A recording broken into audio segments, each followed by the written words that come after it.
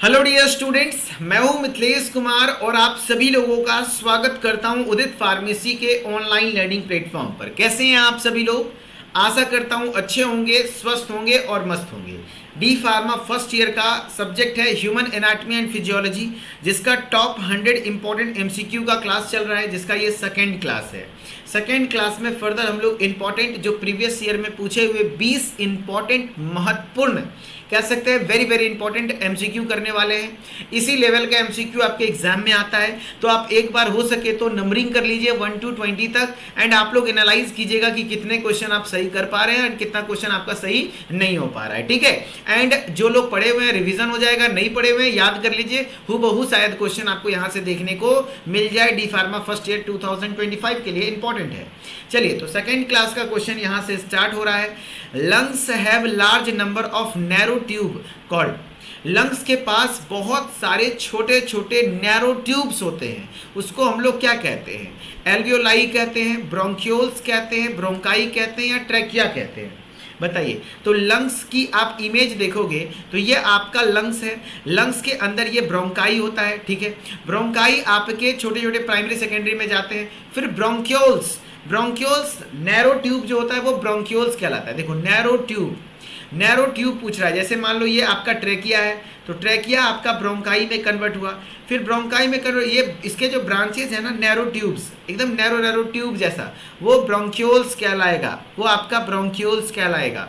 जबकि अगर पूछता एयर सैक कैविटी, जो एयर सैक कैविटी है वो क्या कहलाएगा? तो वो एल्वियोलाई कहलाएगा। तब आंसर होता है एल्वियोलाई। यानी एल्वियोलाई को हम लोग याद रखना साइट ऑफ गैसियस एक्सचेंज भी कहते हैं। एल्वियोलाई को हम लोग primary site for gaseous exchange, है ना, primary site for gaseous exchange, for gaseous exchange, gaseous exchange EXCHANG, primary site for gaseous exchange alveoli को कहा जाता है।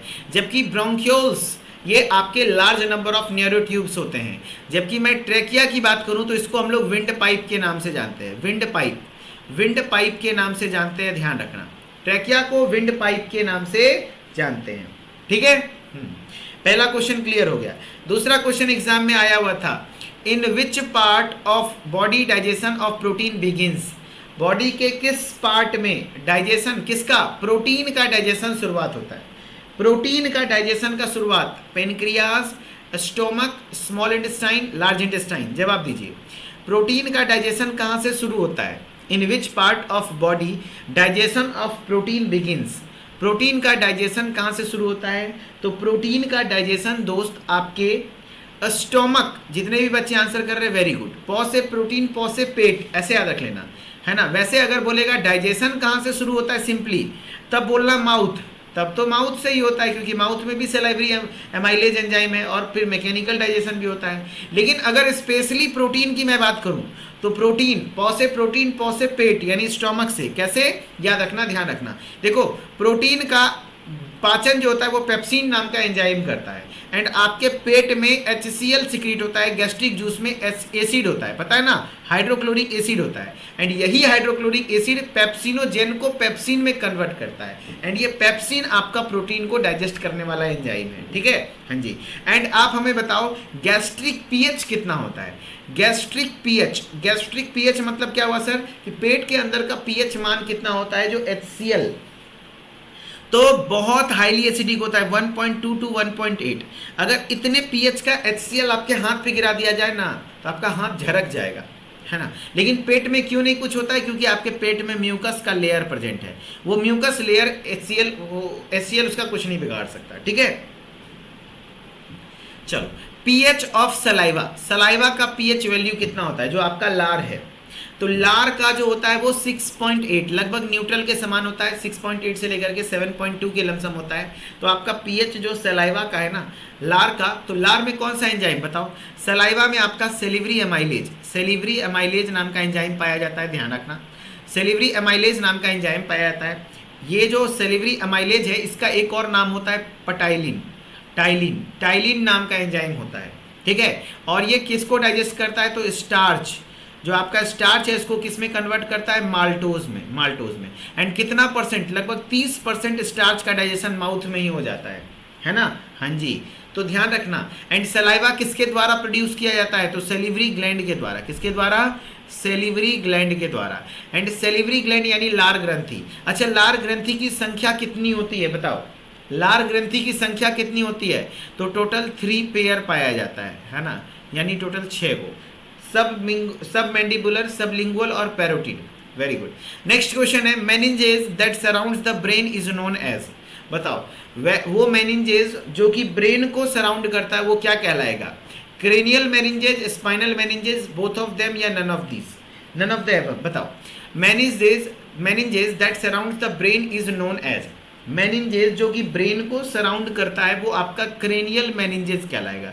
क्रेनियल मतलब ब्रेन, और स्पाइन को जो सराउंड करता है उसको spinal meninges.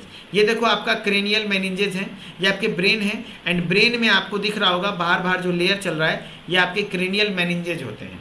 And cranial meninges की मैं बात करूं तो 3 लेयर होता है ना। ये क्रेनियल मेनिंजेस का कितना लेयर होता है? 3 लेयर होता है। क्या क्या? तो सबसे बाहर में होता है क्या?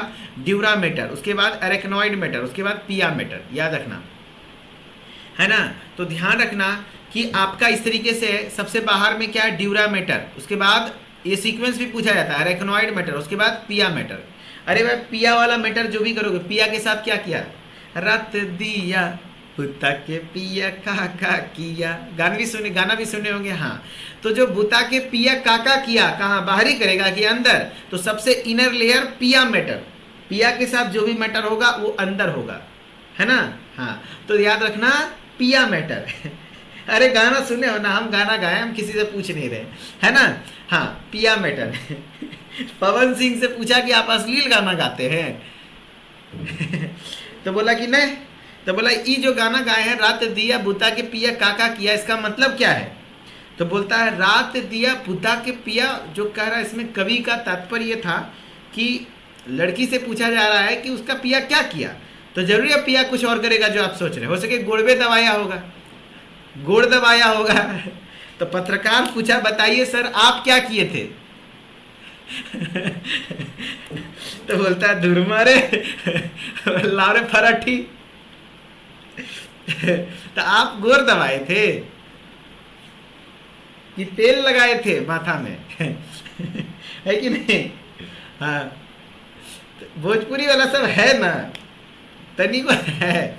चलो, तो पिया वाला मैटर जो भी होगा वो अंदर, है ना। तो ड्यूरा मैटर बाहर, उसके बीच में अरेक्नॉइड, और पिया मैटर, अरे द्वार कहाँ होता है? घर का द्वार कहाँ होता है? बाहर में, तो बाहर, है ना। तो ड्यूरा मैटर सबसे आउटर लेयर देखो लिखा हुआ है ना। अरेक्नॉइड मैटर बीच में होता है, सबसे नीचे होता है पिया मैटर, ठीक है। देखो मेनिंजेस हैज, अभी वही पूछ रहा है, मेनिंजेस के कितने लेयर होते हैं? अरे बताओ भैया मेनिंजेस के कितने लेयर होते हैं? मेनिंजेस के कितने लेयर होते हैं? तो मेनिंजेस के आप सभी लोग के लिए 3 लेयर। कितना लेयर होता है? 3 लेयर। मेनिंजेस के टोटल कितने लेयर होते हैं? 3 लेयर। चलो, the organ of taste, taste का ऑर्गन कौन सा है? द ऑर्गन ऑफ टेस्ट, बताओ टेस्ट के लिए कौन सा organ? Skin, tongue, nose, ear. तो ये तो बहुत बच्चा वाला सवाल है भाई। स्वाद कौन चीज से चीखते हो? टंग से। विच of the following has the highest concentration in the urine? इसमें से किसका यूरिन में सबसे ज्यादा मात्रा होता है? यूरिया, ग्लूकोज, क्रेटिनिन या यूरिक एसिड? बताओ। यूरिन में यानी पेशाब में सबसे ज्यादा यूरिया, पेशाब में सबसे ज्यादा urea. CO double bond ONH2 NH2 इसका फॉर्मूला होता है, ठीक है। एंड यूरिन में बताओ, यूरिन का कलर, यूरिन का जो कलर होता है उसके लिए कौन सा पिगमेंट है? यूरिन का, मूत्र का जो पीला रंग है वो किस पिगमेंट के कारण होता है? यूरिन का कलर कैसा होता है? येलो। कैसा होता है? येलो। एंड येलो किस कलर, किसके वजह से होता है? तो उसमें यूरोक्रोम पाया जाता है। यूरोक्रोम पाया जाता है। क्या पाया जाता है? यूरोक्रोम। नेक्स्ट है electric current from nervous system is conducted in the body with the help of. Electric system जो आपके बॉडी में कंडक्टेड होता है, बताओ इलेक्ट्रिक सिस्टम जो आपके बॉडी में कंडक्टेड होता है ना, नर्वस सिस्टम में, वो किसके द्वारा? टेंडन, नर्व्स, कार्टिलेज या लिगामेंट? किसके द्वारा हो जाएगा? नर्व्स के द्वारा, जिसको आप न्यूरॉन्स भी कहते हो, न्यूरॉन भी कहते हो। नर्वस सिस्टम का स्ट्रक्चरल और फंक्शनल यूनिट न्यूरॉन होता है, ठीक है। ये देखो आपका न्यूरॉन है, ये देखो आपका न्यूरॉन है ना, ये दो न्यूरॉन है ना, और दो न्यूरॉन के जंक्शन को क्या कहते हैं पूछा गया है एक बार। जहां दो न्यूरॉन आपस में जुड़ता है वो जगह सिनेप्स कहलाता है, वो जगह आपका क्या कहलाता है, सिनेप्स, वो जगह आपका सिनेप्स कहलाता है, ठीक है। हाँ जी, चलो नेक्स्ट क्वेश्चन है pituitary gland, pituitary gland, pituitary gland known as the master gland, ठीक है, master endocrine gland which is under the control of, बताओ पिट्यूटरी ग्लैंड किसके कंट्रोल के अंदर में होता है, पिट्यूटरी ग्लैंड, पिट्यूटरी ग्लैंड जिसको मास्टर ग्लैंड कहते हैं वो भी तो किसी के कंट्रोल में होता है, पीनियल, एड्रिनल, हाइपोथैलेमस या थायराइड। तो याद रखना मास्टर का भी मास्टर है, हेड मास्टर है आपका hypothalamus, H4 head master, H4 hypothalamus, याद रखना। पिट्यूटरी को भी कंट्रोल करता है, ये देखो आपका पिट्यूटरी ग्लैंड है, पिट्यूटरी को भी कंट्रोल करता है आपका हाइपोथैलेमस नाम का ग्लैंड, ठीक है। हाँ जी, वेरी गुड। नेक्स्ट है which of these hormone is produced by posterior pituitary, यानी पोस्टीरियर पिट्यूटरी के द्वारा हार्मोन कौन सा बनाया जाता है, पोस्टीरियर पिट्यूटरी। तो पोस्टीरियर पिट्यूटरी के लिए दो ही को हार्मोन होता है, कौन कौन सा, तो एक तो पहली बात तो कोई हार्मोन यहाँ पे सिंथेसिस नहीं होता है, कोई भी हार्मोन यहाँ पर सिंथेसिस नहीं होता है, पहले बता दूं कोई भी हार्मोन यहाँ पे सिंथेसिस नहीं होता है, यहाँ स्टोर होता है, यहाँ स्टोर होता है और यहाँ से रिलीज होता है। कौन कौन सा, दो हार्मोन है, ADH और जिसको हम लोग वैसोप्रेसिन भी कहते हैं, वैसोप्रेसिन भी कहते हैं, और एक होता है ऑक्सीटोसिन, और एक होता है ऑक्सीटोसिन, है ना। ये दो हार्मोन है जो कि आपका पोस्टीरियर पिट्यूटरी के द्वारा रिलीज होता है। अब सर ये पोस्टीरियर पिट्यूटरी क्या है, देखो आपका ये जो पिट्यूटरी ग्लैंड होता है ना, ये ऊपर हाइपोथैलेमस है, इसके दो पार्ट है, आगे वाला पीछे वाला हिस्सा बिल्कुल हाइपोथैलेमस के न्यूरल कंट्रोल में होता है। एंड यहाँ कुछ भी बनता नहीं है, हाइपोथैलेमस ही ये ADH, कौन कौन सा ADH और ऑक्सीटोसिन बनाता है और यहाँ स्टोर होता है पोस्टीरियर पिट्यूटरी में और यहाँ से रिलीज होता है। तो अगर पोस्टीरियर पिट्यूटरी की बात करें तो दो हार्मोन, क्या देखो हाइपोथैलेमस क्या रहा है, प्रोड्यूस कर रहा है, जबकि रिलीज कहाँ से हो रहा है, ADH और ऑक्सीटोसिन, तो पोस्टीरियर पिट्यूटरी से। तो पोस्टीरियर पिट्यूटरी रिलीज करता है दो हार्मोन, एक है ADH यानी एंटी डायरेटिक हार्मोन और दूसरा है ऑक्सीटोसिन जो कि आपका फीमेल में रिलीज होता है, खास करके यूट्रन के कॉन्ट्रैक्शन को करवाता है, यूट्रस के कॉन्ट्रैक्शन को कराता है, मेल में भी आता है। ऑक्सीटोसिन को हम लोग लव हार्मोन भी कहते हैं, लव हार्मोन, प्यार वाला हार्मोन। अगर किसी का हाथ पकड़ेंगे, आंखें मिलाएंगे, साथ में घूमेंगे फिरेंगे तो प्यार वाला फीलिंग आता है, तो यही ऑक्सीटोसिन की वजह से। एंड ADH जो एंटी डायरेटिक हार्मोन है वो किडनी, स्वेट ग्लैंड वगैरह पे, किडनी पे खास करके काम करता है और वाटर बैलेंस, है ना, वाटर के रीअब्जॉर्प्शन को करवाता है, ठीक है। तो आपका आंसर क्या हो जाएगा यहाँ पर, ADH एंटी डायरेटिक हार्मोन, जिसको हम लोग वैसोप्रेसिन कहते हैं। क्या बोल रहा है, कौन सा हार्मोन, पोस्टीरियर पिट्यूटरी। तो पोस्टीरियर पिट्यूटरी का दो ही गो है ना, पोस्टीरियर पिट्यूटरी का दो ही को है ही, क्या क्या बताओ, एक है ADH और दूसरा क्या है, ऑक्सीटोसिन, ठीक है। जबकि एंटीरियर पिट्यूटरी से काफ़ी सारे हार्मोन आते हैं जैसे कि LH और FSH। फुल फॉर्म याद रख लेना, FSH का फॉलिकुलर स्टिमुलेटिंग हार्मोन, LH का luteinising hormone, TSH thyroid stimulating hormone, prolactin PRL यानी प्रोलैक्टिन, GH यानी ग्रोथ हार्मोन, ACTH यानी कि, है ना, बताओ ACTH का क्या होता है फुल फॉर्म, तो एड्रीनोकॉर्टिकोट्रोपिक हार्मोन। और कोई बच्चा पूछ रहा है CRH का, कॉर्टिकोस्टेरॉइड्स रिलीजिंग हार्मोन, है ना, कॉर्टिकोट्रोपिक रिलीजिंग हार्मोन ऐसा हो सकता है, ठीक है। चलो नेक्स्ट क्वेश्चन है organ that release female gamete. कौन सा ऑर्गन है जो फीमेल गैमिट निकालता है, फीमेल गैमिट बनाने वाला ऑर्गन बताओ। Organ that releases female gamete, female gamete कौन, टेस्टिस तो मेल गैमिट बनाएगा, कौन, स्पर्म बनाएगा। सेमिनल वेसिकल नहीं, ओवरी, यस ओवरी जो होता है फीमेल में, ये जो ओवरी है, अंडाशय, यही आपका अंडाणु बनाने का काम करता है। And fallopian tube site of fertilization है। फर्टिलाइजेशन कहाँ होता है, तो ये जो फेलोपियन ट्यूब है ये आपका साइट ऑफ फर्टिलाइजेशन है, साइट ऑफ फर्टिलाइजेशन है। And when tubectomy is proceed, tubectomy मतलब होता है क्या, एक सर्जरी जो कि नसबंदी कहलाता है महिलाओं का, यही नस को काटा जाता है दोनों तरफ से एंड बांध दिया जाता है फेलोपियन ट्यूब को, right. Blood is a fluid tissue, बताओ किस प्रकार का टिश्यू है, nervous tissue, connective tissue, muscular tissue या एपिथेलियल। ब्लड किस प्रकार का टिश्यू है, तो ब्लड एक प्रकार का कनेक्टिव टिश्यू है, ब्लड एक प्रकार का कनेक्टिव टिश्यू है, ब्लड एक प्रकार का क्या है, कनेक्टिव टिश्यू है, वेरी गुड। अब देखो कनेक्टिव टिश्यू में क्या क्या आते हैं, ब्लड आता है, बोन आता है, कार्टिलेज आता है, loose connective tissue, adipose connective tissue, dense connective tissue, काफ़ी सारी चीज़ें आती हैं, ब्लड, बोन, कार्टिलेज, ये सब कनेक्टिव टिश्यू में ही आता है, ठीक है। हाँ, कह रहा है tissue present in the brain and spinal cord, जो टिश्यू प्रेजेंट होता है आपके ब्रेन और स्पाइनल कॉर्ड में वो क्या कहलाता है, तो नर्वस टिश्यू कहलाएगा ना, क्योंकि ब्रेन और स्पाइनल कॉर्ड आपके नर्वस सिस्टम से रिलेटेड है, नर्वस टिश्यू कहलाएगा, है ना जी, very good. Nervous tissue, tissue जो आपके ब्रेन और स्पाइनल कॉर्ड में प्रेजेंट है वो नर्वस टिश्यू। देखो यह है ना नर्व सेल वगैरह, न्यूरॉन, इस तरीके से चलता है। नेक्स्ट है the cardiac cycle is, cardiac cycle time, cardiac cycle यानी एक बार हार्ट बीट करने में जितना टाइम लगता है, जो भी चीज़ें होती है एक बार, वो आपका कितना होता है बताओ, उसको कार्डियक साइकिल कहते हैं। वो कितने देर का होता है, तो 0.8 सेकेंड, वेरी गुड, 0.8 सेकेंड होता है कार्डियक साइकिल, ठीक है। कार्डियक साइकिल कितने देर का होता है, 0.8 सेकेंड, 0.8 सेकेंड होता है कार्डियक साइकिल। एक बार दिल को धड़कने में टोटल कितना टाइम लगता है। अगर हार्ट बीट कितना होता है, हार्ट बीट का रेट बताओ, HBR, heart beat rate, heart beat rate क्या होता है बताओ, हार्ट बीट का रेट क्या होता है, हार्ट बीट का रेट, तो हार्ट बीट का रेट आपका होता है, हार्ट बीट का जो रेट होता है वो 70 से 72 बीट पर मिनट होता है, हाँ 70 से 72 बीट पर मिनट, 72, वेरी।